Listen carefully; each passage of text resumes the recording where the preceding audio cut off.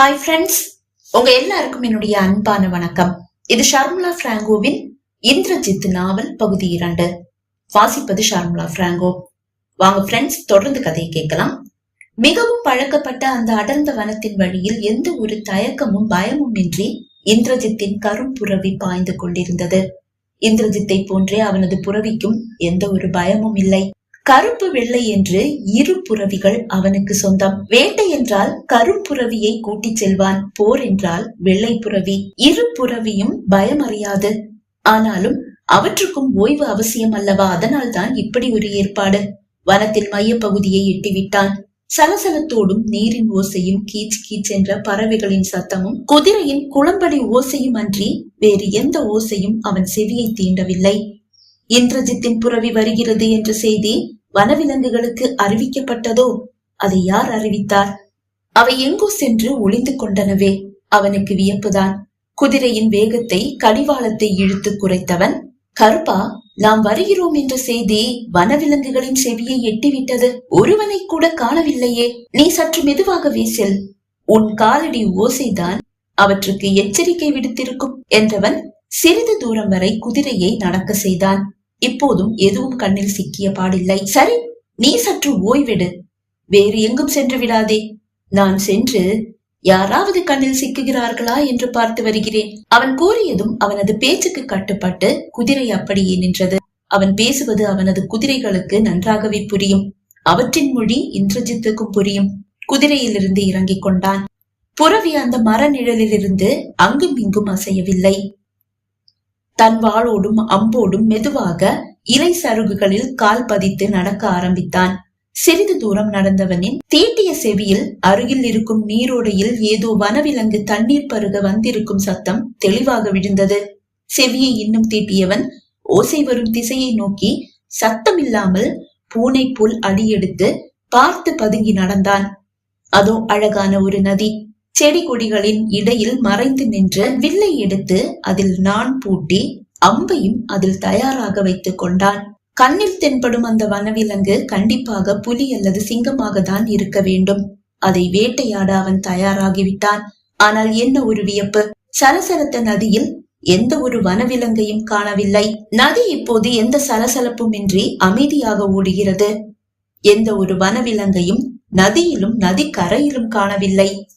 தன் செவியில் விழுந்த அந்த ஓசை அது என்ன? யோசித்தவன் திரும்பி நடக்க முயலும் போது மீண்டும் நதியில் சலசலப்பு. தன் வில்லோடு சட்டென்று திரும்பியவன் அந்த நதியின் மடியிலிருந்து எழும் அந்த அழகியை கண்டு தன்னை மறந்து நின்றான். மார்பு கச்சையும் இடுப்பில் இறுக்கி கட்டிய பட்டு துணியும் மட்டுமே அவளது செதுக்கிய சிற்பம் போன்ற உடலின் அணிகலன்கள். மார்பு கச்சையையும் தாண்டி வெளியே எகிரி நிற்கும் அவளது முன்னழகு அவனை போதையில் ஆழ்த்தியது. முதுகோடு ஒட்டி கிடக்கும் அழகான வயிறு, அவனது கைக்குள் ஒதுங்கும் மெல்லிய இடை. மேலெழுந்தவள் மீண்டும் நீரில் மூழ்கினாள்.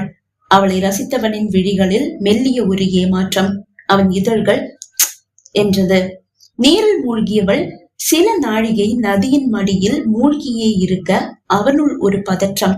என்ன ஆயிற்று? அவள் அந்த நதியில் அடித்து செல்லப்பட்டாளோ? அவன் அந்த செடி கொடிகளை தாண்டி வர முயலும் போது அதோ அந்த அழகி மீண்டும் நதியின் மேற்பரப்புக்கு வந்துவிட்டாள்.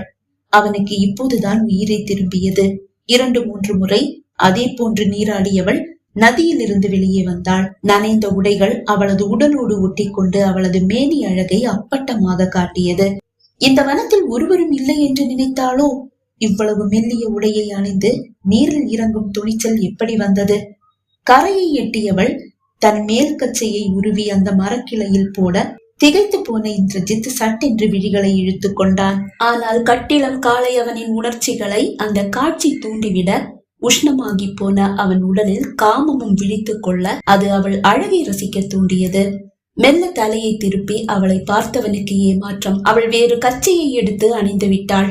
மரக்கிளையில் கிடக்கும் அந்த பட்டு சேலையை எடுத்து இடுப்பில் சுற்றி கொண்டவள் மாறாப்பாக ஒரு மெல்லிய பட்டு துணியை எடுத்து போட்டு கொண்டாள். அந்த மரக்கிளையில் தான் அவளது அணிகலன்களும் தொங்குகின்றன. அவற்றையும் எடுத்து அணிந்து கொண்டாள். யார் இவள்? வனதேவதையோ? அவன் சந்தேகித்து நிற்க அதோ உடைவாளை எடுத்து இடுப்பில் சொருகுகிறாள். இல்லை, மனித இனம்தான் என்று மனம் கூறியது. அதோ வில்லையும் எடுத்து அவள் தோளில் மாட்டிக்கொண்டு நதிக்கரை வழியாக அவனிடமிருந்து நடந்தகலுகிறாள். யார் இவள்? இந்த கொடும்பனத்தில் தன்னந்தனியாக வேட்டைக்கு வந்திருப்பவள். அவன் கால்கள் அவனையும் அறியாமல் அவள் பின்னால் அடியெடுத்தது. சிறு ஓசையை கூட உருவாக்காமல் மெதுவாக தான் அடியெடுக்கிறான். ஆனால் தன்னை யாரோ பின்தொடர்வதை அவள் எப்படி அறிந்தாள்? சட்டென்று திரும்பினாள். அதே வேகத்தில் அந்த மரத்தின் பின்னால் மறைந்தான் இந்திரஜித். நின்று நிதானமாக விழிகளை ஒரு முறை சுழற்றி தன் பின்னால் எவரும் இல்லை என்று உறுதிப்படுத்திக் கொண்டவள் மீண்டும் நடக்க ஆரம்பித்தாள். அவனும் பின்னால் அடியெடுத்தான். 2-3 முறை திரும்பி பார்த்தவள் மீண்டும் நடக்க ஆரம்பித்தாள். அவளுக்கு ஏதும் சந்தேகம் வந்து விட்டதா என்ன? நதிக்கரையில் இருந்து விலகி வனத்திற்குள் நுழைந்துவிட அவள் பின்னாலேயே வந்தவன் கண்ணெட்டும் தூரம் வரை அவளை எங்கும் காணாமல் போக திகைத்து நின்றான். அப்போதுதான் அந்த மரக்கிளையிலிருந்து காட்டு கொடிகளை கயிறாக்கி அவன் பின்னால் குதித்தாள் அந்த அழகி. இதை அவன் எதிர்பார்க்கவில்லை. அவன் அப்படியே நின்றான். கண்ணிமைக்கும் நேரத்தில் தன் உடைவாளை உருவி அவன் கழுத்தில் வைத்தவள், யார் நீ? எதற்காக என்னை பின்தொடர்கிறாய்? கோபமாக கேட்டாள். அந்த வார்த்தை கூட இனிமையாக அல்லவா இருக்கிறது. மெதுவாக திரும்பிய இந்திரஜித்தை கண்டதும், ஓ, மாவீரன் இந்திரஜித், பவழமலை அரசனின் தலையை கொய்து தங்களை எதிர்க்க துணிந்த அரசர்களுக்கு எச்சரிக்கை விடுத்த மாவீரன். இப்படிதான் ஒரு பெண்ணை பின்தொடர்வீரோ? மன்னிக்க வேண்டும் இளவரசியாரே. தன்னந்தனியாக ஒரு பெண் காட்டில் நடந்து சென்றதால் துணைக்கு வந்தேன், அவ்வளவுதான். துணைக்கு வந்தீரா? தன்னந்தனியாக இந்த கொடும்பனத்திற்குள் வர தெரிந்த எனக்கு தனியாக செல்ல தெரியாதோ? தாங்கள் என்னை அறிவீரா? புன்னகையோடு அவன் கேட்க, தங்களை அறியாதோர் வையகத்திலும் உண்டோ? எதிர்கேள்வியை அவள் கேட்க, மன்னிக்க வேண்டும் இளவரசியாரே, நான் தங்களை அறியேன், அது புரிந்தது. தாங்கள் யார் என்று கூறினால்? அவள் இதழ்களில் ஏளன புன்னகை. அதை அறிந்து என்ன செய்ய போகிறீர்? அறிந்திருப்பதில் தவறில்லையே. தங்கள் பெயர் என்னவோ? பெண்களை மதிக்க தெரிந்த வீரன். ஆனால் நான் அறிந்தது அப்படி அல்லவே. தாங்கள் அறிந்தது என்னவோ? பெண்களை அடக்கி ஆளும் ஆணினத்தின் தலைவன் என்று அறிந்தோம். பெண்மையை மதிக்க மட்டுமே என் அன்னையும் குருவும் கற்றுக் கொடுத்திருக்கிறார்கள்.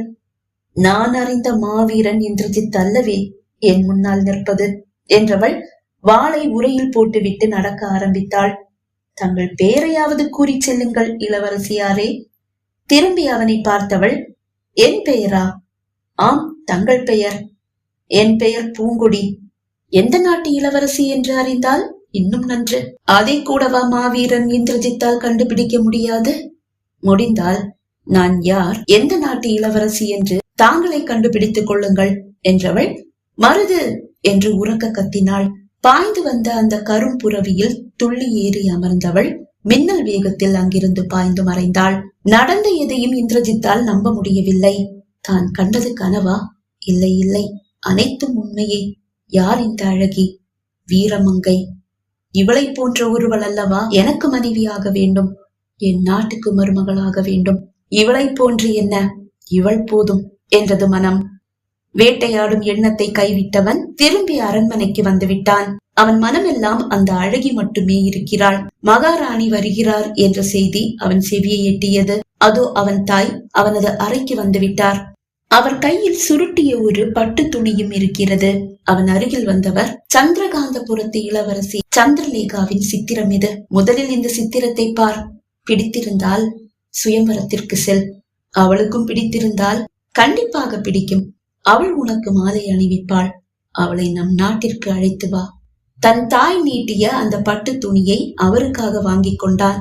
உன் தனிமைக்கு நான் தடை போடவில்லை, சென்று வருகிறேன் என்றவர் அங்கிருந்து செல்ல, தன் மனம் கவர்ந்தவள் தான் அந்த பட்டு துணியில் சித்திரமாக இருக்கிறாள் என்பதை அறியாது அந்த பட்டு துணியை அப்படியே ஒரு ஓரமாக வைத்துவிட்டு படுக்கையில் மெல்ல சாய்ந்து விழிகளை மூடிக்கொண்டவன் அந்த அழகியின் ஒவ்வொரு அசைவையும் ரசித்தான்.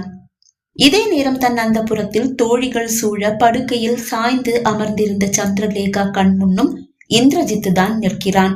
தோழிகள் ஏதோ கதை பேசுகிறார்கள். எதுவும் அவள் செவியை எட்டவில்லை. அதை கவனித்த தோழிகள் தங்களுக்குள் ஏதோ ரகசியம் பேசிக் கொண்டனர். என்ன ஆயிற்று இளவரசியாரே? வழக்கமாக வேட்டைக்கு சென்றால் வேட்டையாடிய ஏதேனும் ஒரு வனவிலங்கோடுதான் திரும்பி வருவீர் என்று வெறும் கையோடு வந்தது மட்டுமல்லாமல் மனதில் எவரையோ சுமந்தும் வந்துள்ளீரே, யார் அவர்? குறும்பாக ஒரு தோழி கேட்க, அந்த தோழியை நோக்கி தலையை திருப்பியவள், வேறு யார், எல்லாம் என் மனம் கவர்ந்த அந்த கள்வன்தான். யார்? அந்த இந்திரஜித்தா? தோழிகளில் ஒருவள் பயம் கலந்த விழிகளோடு கேட்டாள். ஆம், என் மீது மோகம் கொண்டு மாணிக்கபுரத்து இளவரசர் பிரதாபச்சந்திரன் என்னை மனம் முடித்துக் கொடுக்குமாறு என் தந்தைக்கு ஓலை அனுப்பினார். அரசரும் அதை என்னிடம் அறிவித்தார். ஆனால் மாவீரன் இந்திரஜித்தின் பெயர் எப்போதும் என் செவியில் வந்து விழ, அவரை காண விரும்பி நம் ஒற்றனை அனுப்பி அவரது சித்திரத்தையும் தீட்டி வரச் சொன்னேன். சித்திரமும் வந்தது. சித்திரம் மட்டுமா வந்தது, அவர் பெண்களை மதிக்காத ஆணவத்தின் சிகரம் என்ற செய்தியும் சேர்ந்து அல்லவா என் செவியை எட்டியது. ஆனாலும் மனம் அவரையே நாடியது. அவர் சித்திரத்தை கண்டு இன்னும் பித்தாகி போனேன். பிரதாபச்சந்திரனை மணக்க விருப்பமில்லை என்று நான் கூற காரணமும் அவர்தான். ஆனால் மாணிக்கபுரத்தை பகைத்துக் கொள்ள விரும்பாத அரசர் என் சுயம்வரத்திற்கு நாள் குறித்து அண்டை நாடுகளுக்கு என் சித்திரத்தோடு ஓலையும் அனுப்பிவிட்டார். சுயம்வரத்தில் தனக்கு ஏற்றவனை தேர்ந்தெடுக்கவே இளவரசி விரும்புகிறாள் என்று ஒரு செய்தியையும் மாணிக்கபுரத்திற்கு அந்த ஓலையோடு சேர்த்து அனுப்பிவிட்டார். இந்திரஜித்தின் நாட்டிற்கும் அனுப்பி வைத்திருக்கிறார். ஆனால் இந்திரஜித் சுயம்வரத்திற்கு வரப்போவதில்லை என்ற செய்தி என்னை வேதனையில் ஆழ்த்தியது. அவரை தான் வனத்தில் சந்தித்து வேட்டையை கைவிட்டு வெறும் கையோடு திரும்பிவிட்டேன். அவரையா வனத்தில் சந்தித்தீர்? ஆம், அவரை தான் சந்தித்தேன். தங்கள் பேரழகை கண்டு அவர் மயங்கி போயிருப்பாரே. தங்களை கண்டு என்ன கூறினார்? நான் யார் என்று அறிய வேண்டுமாம், பேரை அறிய வேண்டுமாம். பூங்கொடி என்று கூறிவிட்டு வந்தேன். நாடு ஏது என்று கேட்டார். அதற்கு பதில் கூறவில்லை. முடிந்தால் கண்டுபிடித்துக் கொள்ளுங்கள் என்று கூறி வந்து விட்டேன். என்ன இளவரசியாரே, இப்படி செய்து விட்டீர்கள்? தங்கள் நாடு, தங்கள் பெயர் இதை கூறியிருந்தால் அவர் சுயம்வரத்திற்கு வந்திருப்பாரே. என் தந்தை ஓலை அனுப்பி என் சித்திரத்தையும் சேர்த்து அல்லவா அனுப்பி வைத்தார். ஆனால் அவர் என் சித்திரத்தை கூட பார்த்திருக்கவில்லை. அவ்வளவு ஆணவம் அவருக்கு. என் சுயம்வரத்திற்கு அவர் வர விரும்பவில்லை என்றால் நான் ஏன் அழைக்க வேண்டும்? விருப்பம் இருந்தால் வரட்டும் என்று கூறும் போதும் அவன் தன் சுயம்வரத்திற்கு வர வேண்டும் என்று அவள் மனம் விரும்பியது. பகுதி 2 நிறைவடைந்தது. பகுதி 3 உங்களை சந்திக்கும் வரை விடைபெறுகிறேன். நன்றி, வணக்கம்.